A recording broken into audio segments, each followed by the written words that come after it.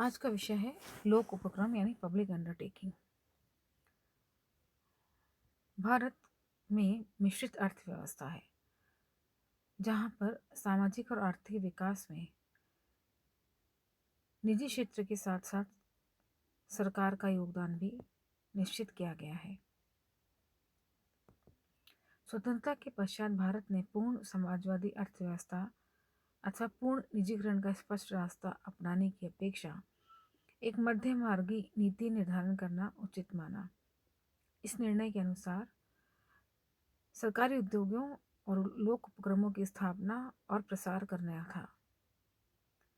1954 में तत्कालीन कांग्रेस पार्टी ने समाजवादी समाज की स्थापना का लक्ष्य निर्धारित किया, जिसे 42वें संविधान संशोधन जो कि 1976 में किया गया था के माध्यम से संविधान प्रस्तावना में उसे स्थान दिया।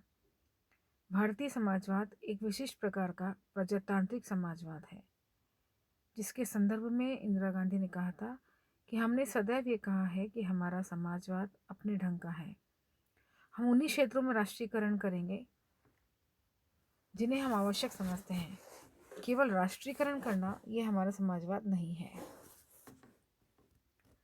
अनुच्छेद 39 यह प्रावधान करता है कि राज्य का एक कर्तव्य है कि वह अपनी नीति इस प्रकार निर्देशित करे कि देश के भौतिक साधनों का स्वामित्व और नियंत्रण तथा वितरण में समान हितों का संवर्धन हो।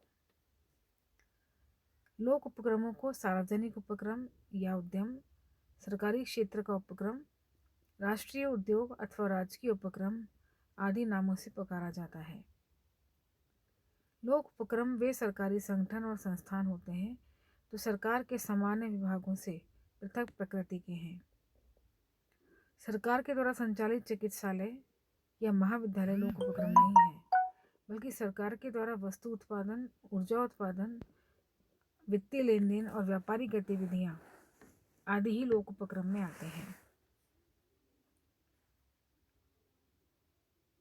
दूसरे शब्दों में अगर कहें तो जब सरकार व्यापारिक, वाणिज्यिक, औद्योगिक विशिष्ट सेवाओं का संचालन करती है, तब ऐसे संगठन स्थापित करती है जो सरकारी तंत्र के मूल ढांचे से पृथक रहकर स्वतंत्रता पूर्वक अपना कार्य निष्पादित करते हैं, तो वे लोक उपक्रम कहलाते हैं।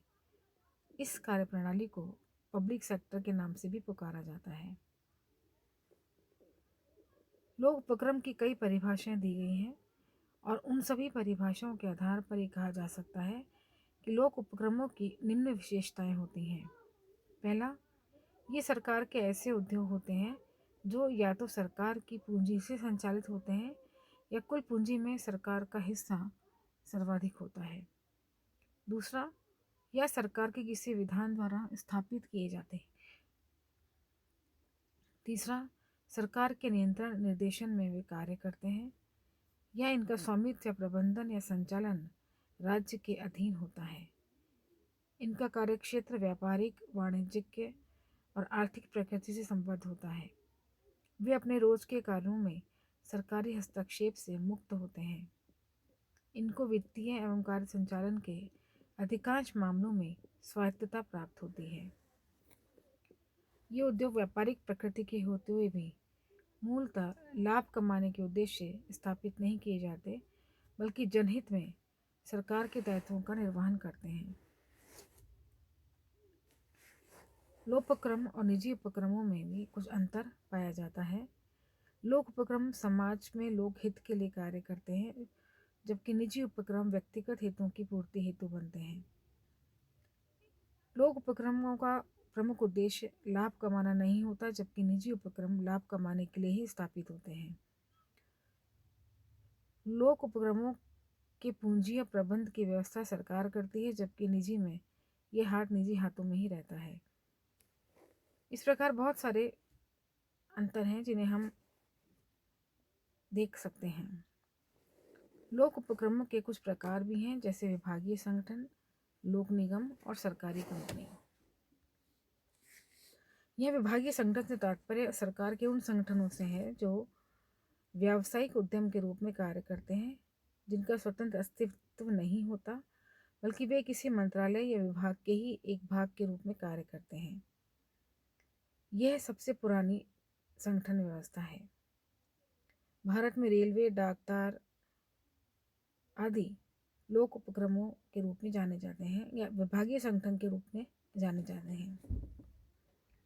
इनकी कुछ विशेषताएं हैं। 1954 में रंगून में आयोजित सेमिनार